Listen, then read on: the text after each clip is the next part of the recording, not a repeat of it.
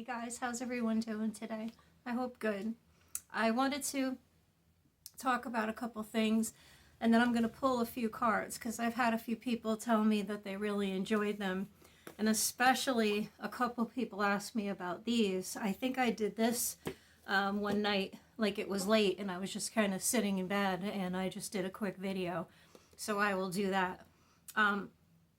But I actually have my computer out so that I don't forget. And you guys, if you watch me, I go off. We all do, I guess. So if you don't know me, I'm Christine. I'm the founder and owner of Whispers of the Wounded Soul. Just a platform where you can feel safe, where you can feel, seen, where you don't have to think you're alone with all the traumas and all the things that we all go through in our lives. Some of us had an extensive amount of childhood trauma, and that's kind of like seems like my main focus.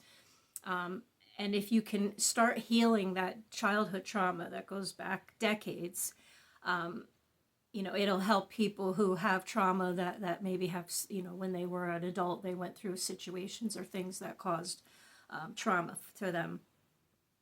But like I said, a lot of us have had trauma our entire lives. It just never seemed to stop. And not so much trauma, but just you're already carrying the trauma and now you have the normal things that everyone else in life faces. And what happens is sometimes, a lot of times, we're so, our bodies are so prepared all the time for that trauma that we went through as children. Your amygdala part of your brain looks for things that are negative and wrong anyway. That's the part of your brain that's trying to save you. So even when you're scrolling, if you're scrolling through something, your brain is going to stop on something that's more traumatic or, more, something that's upsetting because it's trying to save you from it. It doesn't know any better. That's the best way I could kind of explain that right now. So like what happens is we hold on to a certain thought or something that we're told about ourselves and that part of our brain, and the other parts of our brain, I talk about the hippocampus and your prefrontal cortex. All three of those parts of your brain really have a lot to do with trauma and what you hold. And they're also, all together, you can work on the parts of your brain to try to rewire it. To get rid of all those limiting beliefs, to get rid of the self-sabotaging talk, that those voices that talk us down out of things all the time.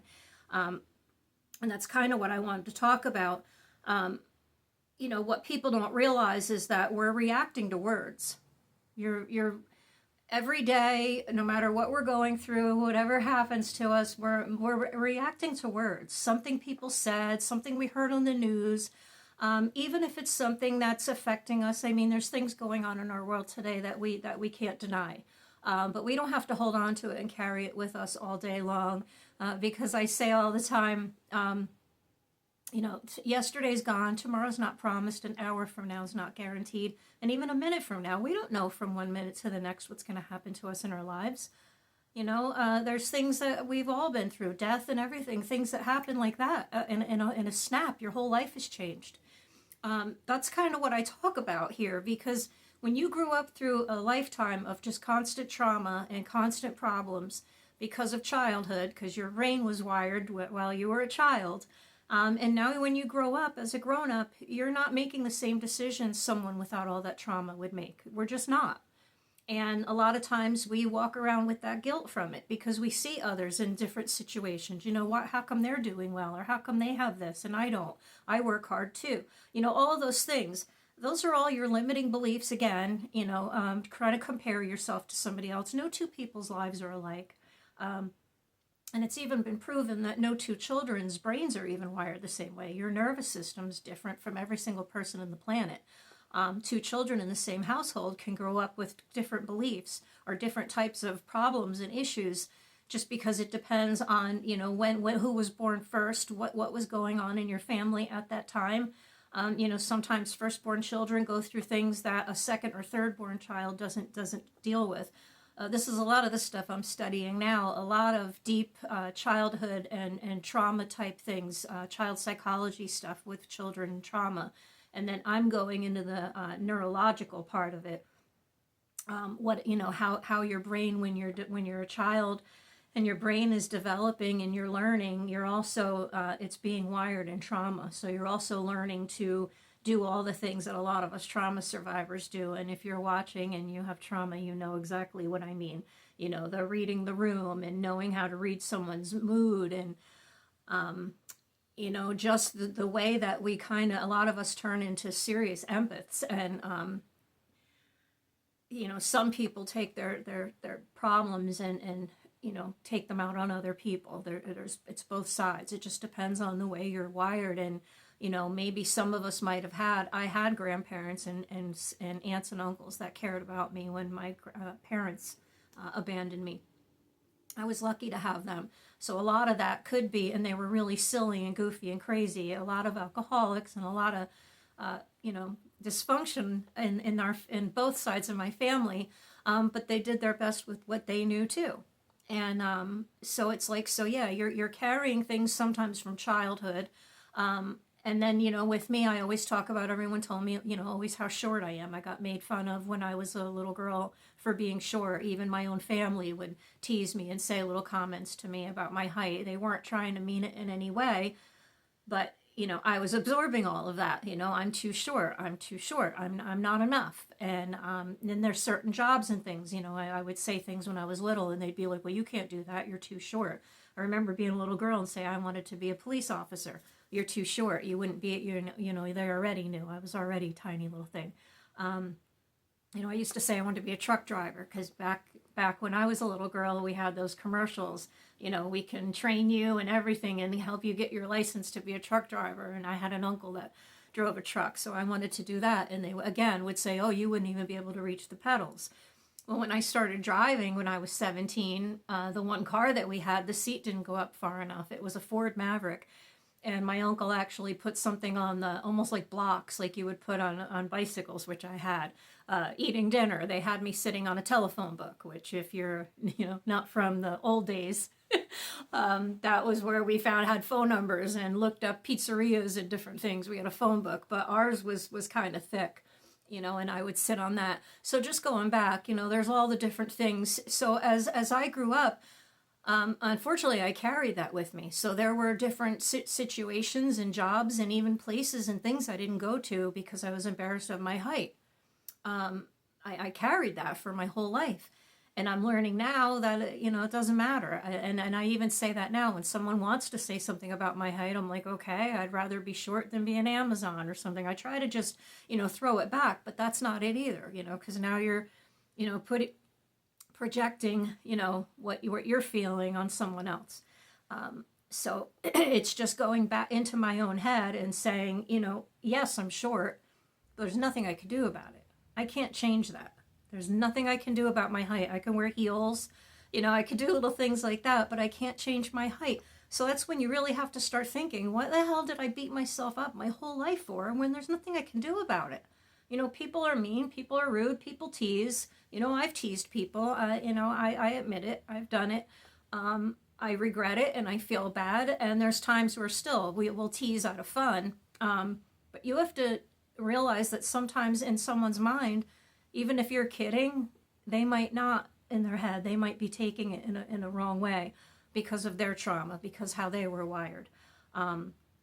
So it's like, you know, everything we think isn't our thought. A lot of things that we think were programmed in our head when we're children. So the thoughts that we have were technically never ours to begin with. They were someone else's thought, something else, someone else projected upon you, and you decided to run with it. And then that's where I talk about, I'm trying to make sure I'm not missing anything, becoming aware. So, you know, start asking yourself, is this really true? Is it something that I learned? Is it, you know, is it a pattern? Is it something that I can break? Is it something I can stop listening to? It's kind of like dissecting almost every thought. And it can be maddening and it can be upsetting and it could be funny because sometimes you catch yourself. I mean, we all talk to ourselves. I know everybody does. And there's times where I'll catch myself and I'll kind of say something in my head, you know, see, you know, this is how you used to think, and I'll kind of chuckle. But it's like, there's this part of your brain that you know, your conscious and your subconscious brains are kind of separated. So you can look in when you're you know, self-awareness, the mindfulness, you can stop that thought immediately. You know, it's like, it sounds crazy, but we have control over those thoughts. So, you know, I'm going somewhere or whatever, and, you know, say I'm in my heels and I'm all dressed, and I walk in the door and everyone's really tall and I feel small. That's happened to me numerous times. It used to make me feel small, as small as a person, you know. I would almost get so upset that my was tongue tied. I couldn't think of the words I wanted to say. It's like, and that's because, and I'm learning that now, and I talk about that in my videos. It's because that part of your brain is now making you remember all the things. It's trying to protect you. So all these thoughts come back in your head. All this stuff starts going on. Now your body's releasing adrenaline and cortisol. You know, all kinds of stuff's going on now that you don't have control over. You don't have control over that part of your brain at that moment, because it doesn't stop to think of what's safe or what's not.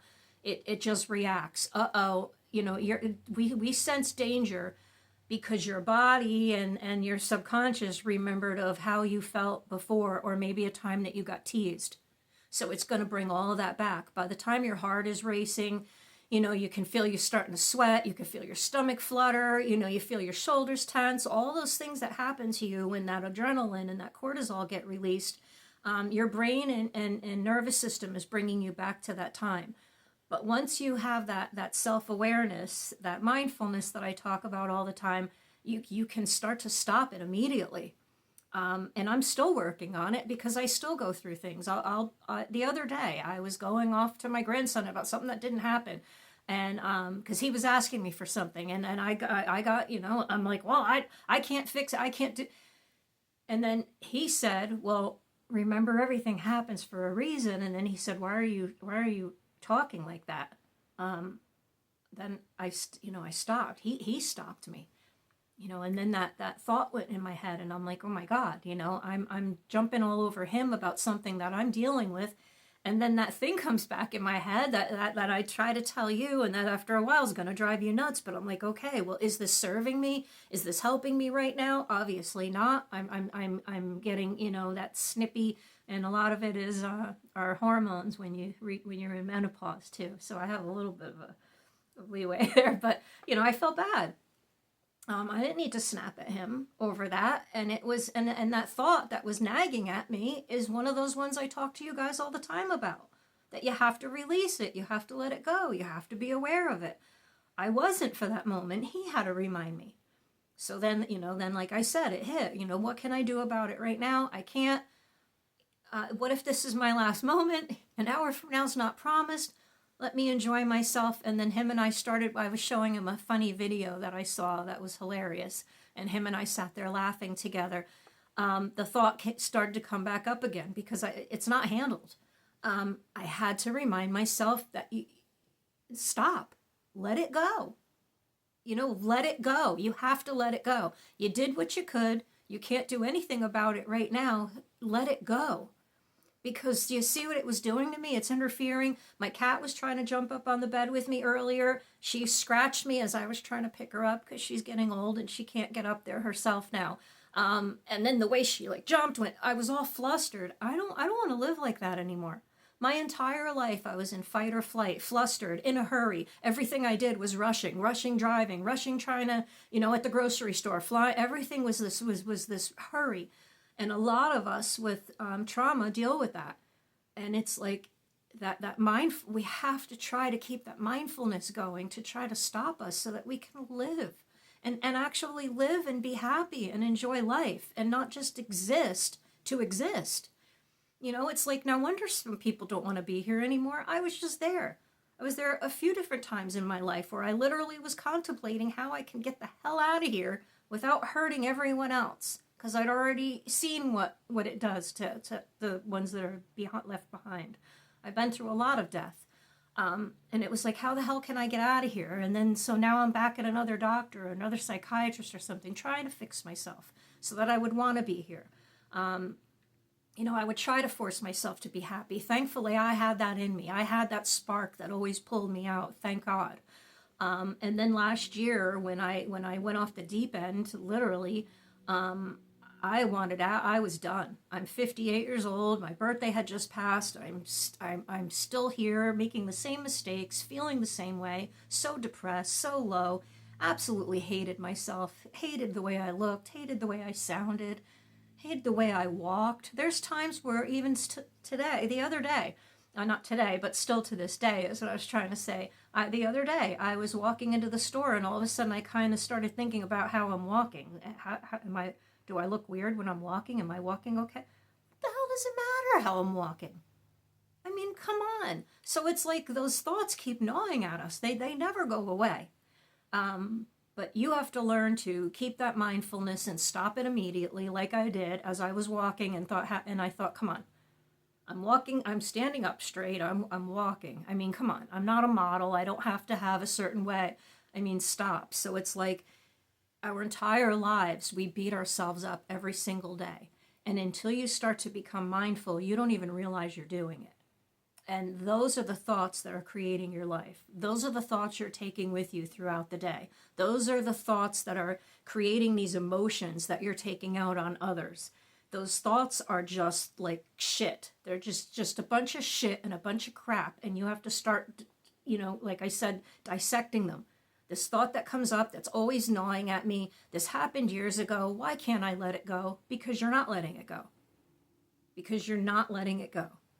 You either choose to dissect it and go through it, and I talk about this in another video. Whatever the situation or this thing is that's been traumatizing you and you've been carrying, what can I do about it today to fix it? When did this happen? Why did it happen? And that's what I talk about journaling. Because writing things out, sitting alone by yourself, light a candle, put on some soft music, put on some meditative music, don't put anything on at all, or, just sit and by yourself and let the thoughts rise. If it's okay, talk to a doctor or your psychiatrist, or what if you're on medication and if you're in deep, deep, deep depression. Don't go and do shadow work without knowing you have a someone to call or something like that, or talk to your doctor first, because it's traumatizing. Bringing things up that you already tried to shove down. Sometimes memories are going to come up that you didn't even realize that you shoved down, and that was happening to me when I was doing all my shadow work, and it was traumatic. It was intense, extremely. But it was also freeing because it relieved a lot of pressure that I've been carrying around, a lot of baggage that wasn't mine that I was finally able to release. So now those thoughts that come up that I know aren't serving me, it has nothing to do with my life right now. Either way, whatever way the situation goes, it's past. I can't bring it back. I can't change it. So I have to release it. You just have to. And then there's, I still have people say, well, I can't. It's good for you that you can. It's not that easy for me. It's not easy. But if you want to heal, you want to live, and I went outside before. I know it's cold out, but I had my slippers on. I walked outside in my bare feet, and I was standing in the grass, and I just kind of closed my eyes, and I was just, breathing the air and just, listening to the birds and just feeling the ground. And, grounding releases toxins. It helps relieve, I think the word as I'm saying it went out of my head. Inflammation. It's just freeing. And as we all know, even going for a walk, going for a nice brisk walk, or even just a slow walk, whatever, it releases, all that good, happy, thoughts. I can't think right now, but you know what I mean. So anyway, yeah. So it's not about, is this thing true? Can I fix this right now? Is this affecting my life at this moment? And then another way, and I have it here in my notes, is the tapping that I talk about as well. Tapping has been proven, and you can, go Google it, proven to help people with releasing limiting beliefs, people with pain. They've helped people with all types of PTSD and chronic PTSD, which most of us who had trauma, that's what we have. I never even understood it, and I honestly didn't even realize that what I went through was child abuse. I used to think you had to have bruises and broken bones and stuff for it to be child abuse. What I had was severe psychological abuse, and there was some physical things that happened to me as a child, but it was mainly the psychological. And that really rewired my brain. That fucked me up bad.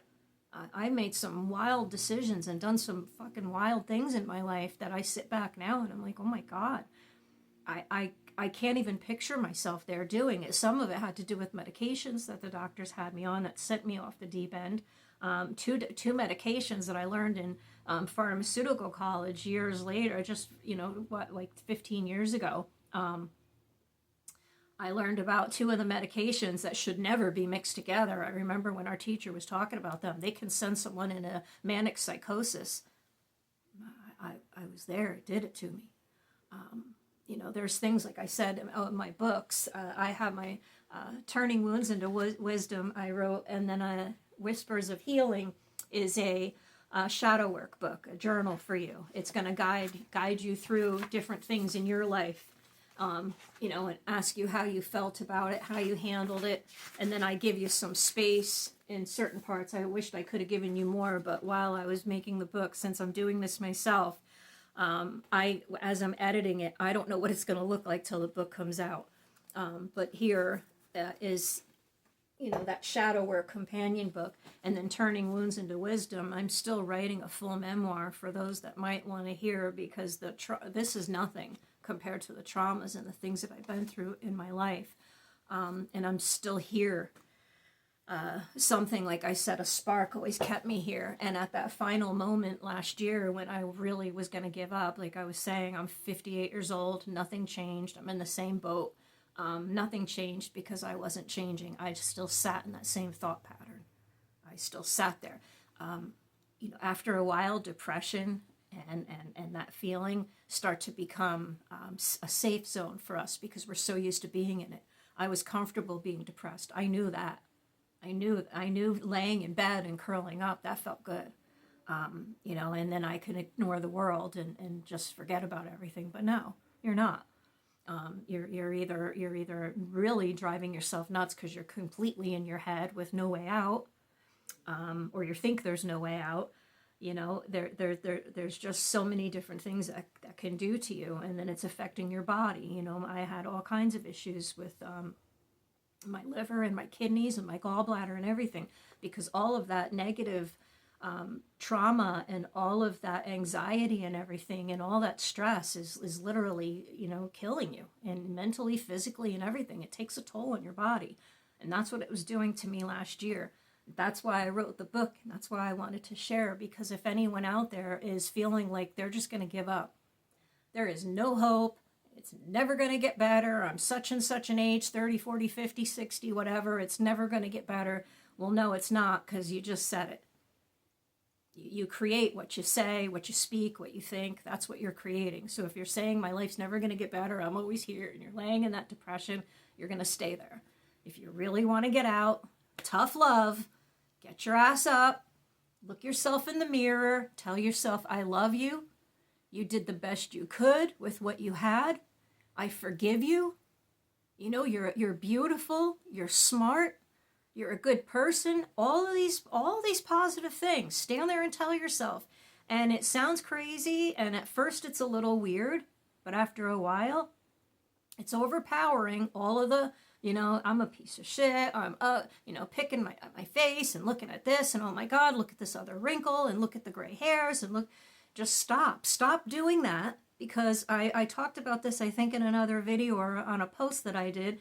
Would you say that to a child or to another person like that? Would you treat someone else like that? If so, then you have a lot of work to do. But if not, then why would you talk to yourself like that? Because your subconscious is believing everything that you say. Your subconscious doesn't know the difference between right, wrong, good, bad, what's real and what's not real. It only knows what you tell it. And that's what it goes with. So I'm not enough, I'm this or that. It's going to keep, the universe, God, yourself, you're guiding things to yourself. Everything's energy. So your brain, your thoughts are energy, believe it or not.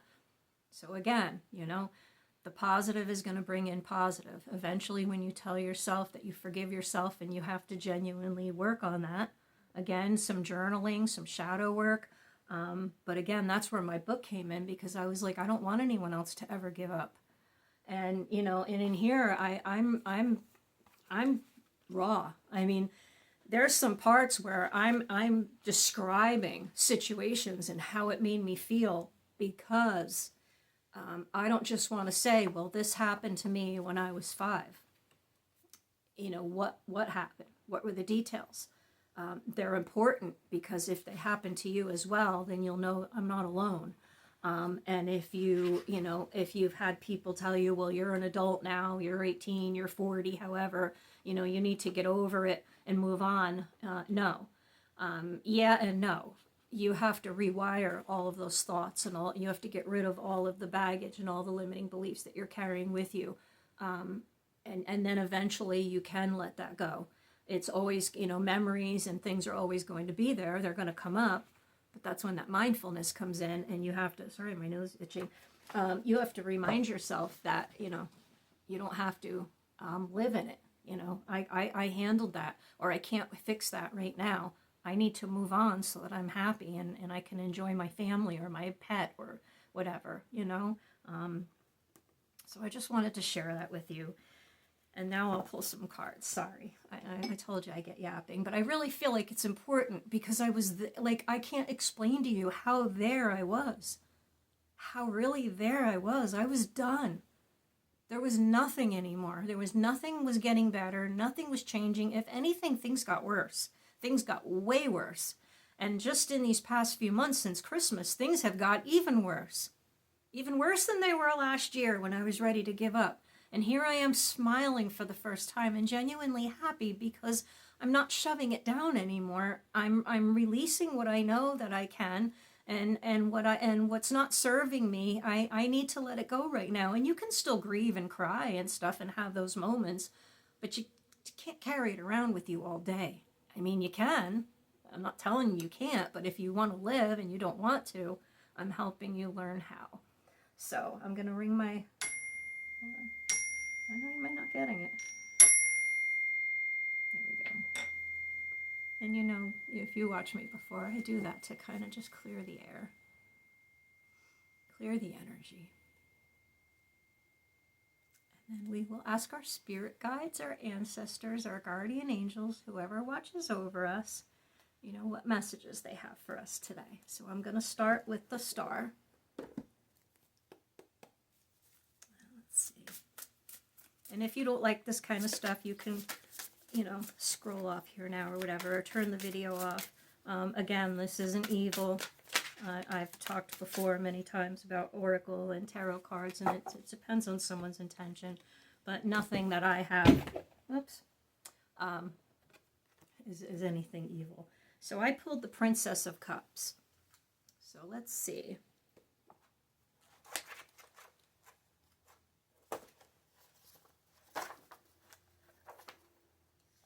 So the Princess of Cups, seeking the Grail within. The Princess of Cups is sensitive, emotional, and highly intuitive.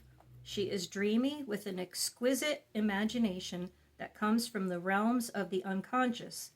This gentle princess is connected to the psychic realms and premonitions and intuition. She explores her dreams, seeking truth in the hidden levels of the subconscious, bringing her intuitive gifts to the surface. She is learning the range of her emotions, managing and understanding her moods. As she looks deep within her heart, she understands that opening the heart without fear brings healing and strength. As her watery spirit steps into the world of earth, she integrates her dreams and visions into realistic forms of manifestation. The princess symbolizes the soul self, remembering its connection to the divine, healing, and its karma on earth. The princess wants to serve humanity using her intuition to open her heart. The Princess of Cups turns inward to find peace in her heart through the practice of meditation, contemplation, and prayer. And that's literally what I did. Through meditation, she listens and explores the depths of who she is spiritually and emotionally, seeking answers from all sacred well within, of the sacred well within. The Princess of Cups is a spiritual seeker exploring and grounding intuitive knowledge. She is a visionary channeling love from spirit. All princesses and princes share an awareness of an inner child within. The inner child speaks to our innocence, sensations and emotions, and basic drives. The princess asks us to listen to the inner child within, to nurture and love that child. The qualities of the princess's inner child, sorry guys, are a dreamer, artist, and romantic. She explores and listens to her dreams and imagination playing out in the visions in the world of creativity. The Princess of Cups is connected to the Ace of Cups, which is the throne of the Holy Grail. Her path is to seek the true meaning of the Grail within. The Princess of Cups element are earth and water, and her task is to connect her heart, dreams, and visions with Mother Earth. Water nourishes the ground of the earth, bringing growth and life. Earth helps ground the emotional water, manifesting imaginative gifts into real things. When the Princess of Cups arrives, success and good news are coming. She brings social invitations. The princess symbolizes new beginnings and the start of a creative project and ideas, messages in dreams, heightened intuition, and psychic abilities unfold. The princess signals a time to trust your gut feelings, and she encourages you to study spiritual and metaphysical subjects. A heightened awareness of compassion and understanding for the self and for others. She is a quiet and gentle soul that stirs the emotional waters of the inner self, bringing feelings to the surface, balancing them with earth energy. Surfacing emotions can make one feel vulnerable and feel fearful. The princess reminds one that sensitivity is a gift, not a curse. She encourages you to trust your feelings and not to be swayed by others. Be true to your heart and dharma. The practice of meditation is an empowering tool that can help. And that literally is what started healing me. Meditation is what brought me closer to God. I grew up Catholic and I questioned things my whole life, church and the Bible, and I love my Bible, but there were still things that I questioned, and I believed because I was told I was supposed to believe, and because I was scared. I better believe in God because I don't want to go to hell. I was afraid to talk to God because I was told I had to talk to God through Jesus. I had to go through Jesus to get to God. What I learned and felt in deep meditation was that God is it's everything, everywhere, all of us. It's inside of us, it's outside of us, it's the air, it's the flowers, it's everything. And it's not a man in the sky that that is punishing us and all these things or allowing things to happen. It's once you realize it's not that, or for me anyway, it made me feel closer to God, because it's like I just feel it now and see it everywhere I look. I don't question it or say that I believe. I know. I know God, I know Jesus, I feel them in my heart. And I did that through meditation. And, now when I read things in the Bible, I don't try to read it so literal, because some things are changed and different in the way the wording is. Some things aren't meant to be taken so literal. That's what I believe. And it has helped me. It's helped me heal a lot. So that's why I said again, like tarot cards and oracle cards, they're fun to me. They give me confirmation of things. I'll pull a card or I'll watch a reader and she'll say something that I'm like, oh my God, like how could she possibly know that? That's exactly what's happening in my life right now. So it's just kind of like a confirmation, something to be like, okay, I'm on the right path. Right now I'm going to do a quick inner child card. And then I'm going to end this because it's already at 34 minutes. And sorry, guys. Try not to make my videos too long, but I'm trying to share information with you too while I'm talking. So let's see. So this is You Are Enough, number 38. You do not have to give more.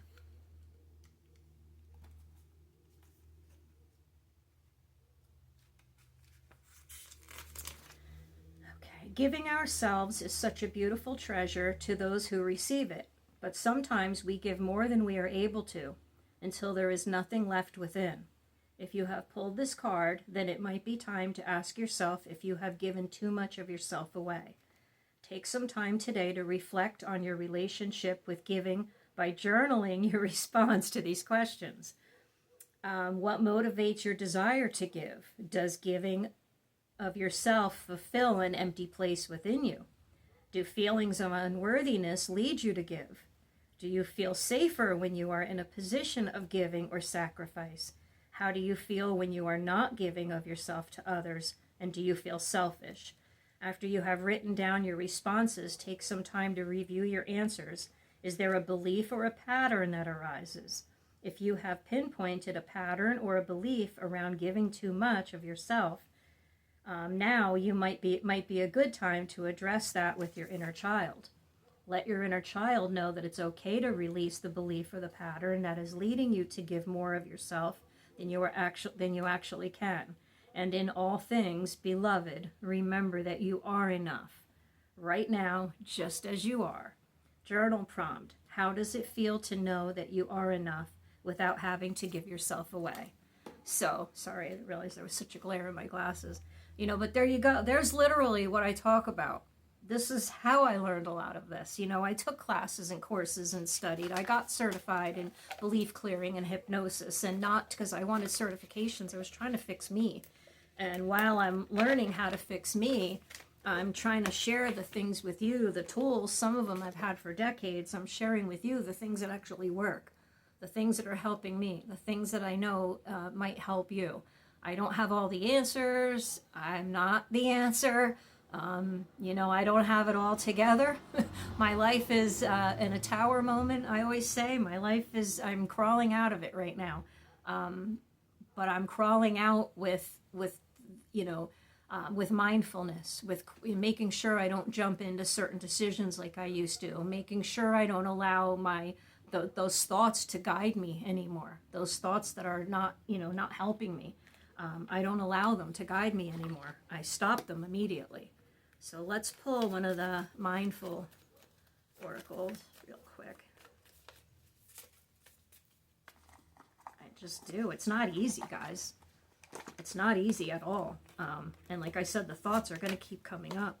But it's you realizing that I'm in charge of this thought, and F you. I'm not going to allow. I'm not going to think about it. I'm not going to ruin my moment right now. I want to be happy.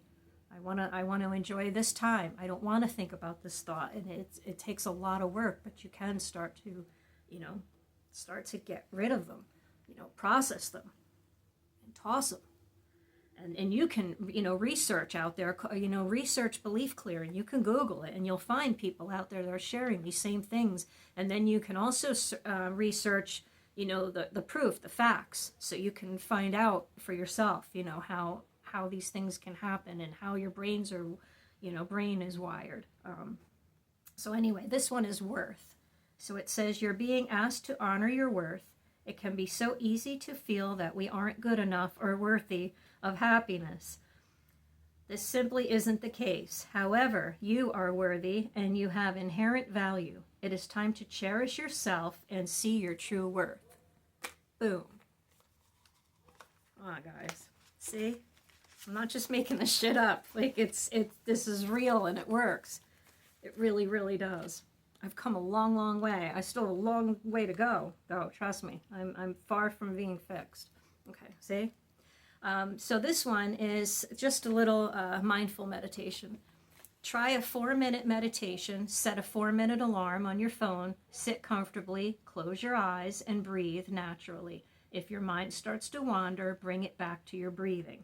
And I talk about that too, that you can just focus on your breath, focus on the in, focus on the out. If you start just focusing on your breath or look around the room and look at some objects, I talk about that too. You can find 3 objects and focus on them, and you're just pulling your mind in a different direction. And then you try to find 2 or 3 things that you can touch.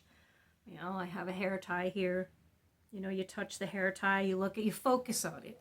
I'm not just sitting there going like this. I'm putting focus on this hair tie, how it feels, what it's made out of, what it looks like, all of that.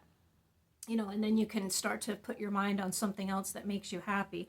So little by little, you're taking your mind from that thought that you were trying to forget about or whatever, and focusing it on something else. And then later, when you have time or something, you know, maybe journal about that thought and dissect the thought and find out why it's following you and why it's sabotaging you, or, you know, if it's a pattern. So, all right, I'll stop yapping, guys. Sorry. It's been 40 minutes. Thank you for watching and sharing, and thank you so much for everyone who's reaching out to me. And I have a few of you that I will get back to you. I have a couple emails and a couple messages. I will get back to you ASAP. All right, I didn't forget about you. All right, thanks, guys. Have a good day.